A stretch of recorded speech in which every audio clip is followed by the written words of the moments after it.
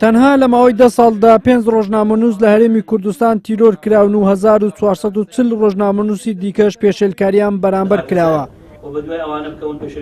ئەنجومەنی سندیکای ڕۆژنامەنووسانی کوردستان بە بۆنەی ڕۆژی جیهانی دەرباز نەبوونی تاوانباران لە سزا دیدارێکی بۆ نێنەرانی وەزارەتی ناوخۆ و ئەنجومەنی دادوەری و دەستەی سربەخۆی مافی مرۆڤ و دەستگاکانی ڕاگەیاندن ساز کرد بە مەبەستی دۆزینەوەی ڕێگا چارێک بۆ کەمکردنەوەی پێشێلکاریانەی بەرامبەر ڕۆژنامەنووسان دەکرێت. نەقیبی سندیکای ڕۆژنامەنووسانیش دەڵێت تا ئێستا کەسی تیرۆرکردنی ڕۆژنامەنووسان و پێشێلکاریکردن بەرامبەریان بەکراوەیی ماوەتەوە بۆیە نابێت چیتر ئەو کەیسانە بەو جۆرە بمێنێتەوە دەبێ یەکلایی بکرێنەوە. دەبێ بە دوای باگراوەندی دەگەڕێن بۆچی ئەم کێشانە بەکلایی یعنی بەکراوەی ماونێتەوە یەکلا نەبوونێتەوە گرفتەکان چین من هەندێک لە قەڵانم باس کرد بوونی ئیدارەی نەبوونی دادگا چی تایبەت نەبوونی لیژانی سربەخۆی بەردەوامی لێکۆڵینەوە و هەندێک مەسەلەی دیکەی کە پێویستی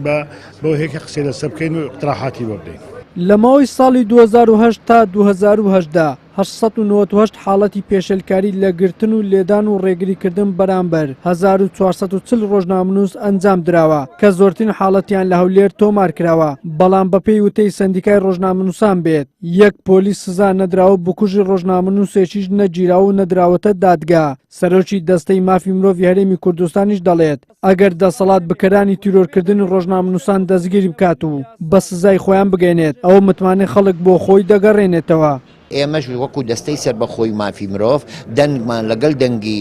سندیکای ڕۆژنامەنووسە دەنگمان لەگەڵ دەنگی هەموو چالاکوانی مافی مرۆڤ و ئازاد خوازە و بۆ ئەوەی کەوا وڵاتەکەمان سەروەربوونی یاسا لە ناوی چەسپابی و بۆ ئەوەی ئێمە کە هەر کاتێک هەر پیشێلکاریەک بکرێتن تاوانبارەکە بە سزا بدرێتن دەرباز نەبی لە سزا و ئەمە نەک بەس لە بۆ خەڵکی ئەوەی کە ئەو خەڵکانێک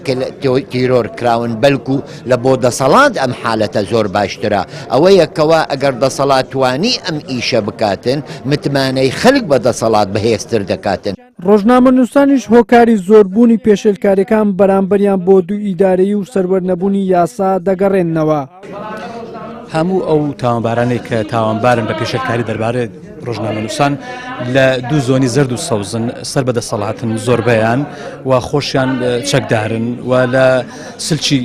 تایبەت کار دەکەن بۆیە بەڕاستی دەسەڵاتدارانیش ناتوانن بیانگرن و دادگا ناتوانێت بیانگرێ ئەگەر نا بەپێی وتەی بەڕێز نوێنەری وەزارەتی ناوخۆ هەموو ئەوانەی کە چ ڕۆژنامەنووسیان شەهید کردووە چ پێشێلکاریان بەرامبەر بە ڕۆژنامەنووسان کردووە بڕیاری دەستگیرکردنیان بۆ دەرچووە بەڵام هیچ ئیجرعاتێک ناکرێت و دەستگیریش ناکرێن و خەڵکیان لە پشتە هەرچەندە لە بەرامبەر یەکلایی نەکردنەوەی کەیسی تیرۆرکردن و لێدان و هەڕەشەکردن لە ڕۆژنامەنووسان دادگاکان و وەزارەتی ناوخۆ بە کەمتەر خەم دەزانن بەڵام بەرپرسانی وەزارەتی ناوخۆ دەڵێن ئێمە هەر کەیسێکمان بەدەست گەیشت بێت کەمتەر خەمیمان لێ نەکردووە. خول بکرێتەوە لەلایەن سندیکا لەلایەن ڕێکخراوەکان بۆ هەردوولا بۆ هێزەکانی پۆلیس و بۆ ڕۆژنامەنووسانیش خول بکەنەوە ئەو یاسایان تێگەێنن ئەرکو مافی ڕۆژنامەنووسی تێگەێنن فێری هێزەکانی پۆلیسیش بکەن چۆن تەعاملەکەن لەگەڵ ڕۆژنامەنووسان لەگەڵ کەرەسی ڕۆژنامەنووسی جێمان کردووە باسم کرد ئێمە لایەنێکی تەنفیزین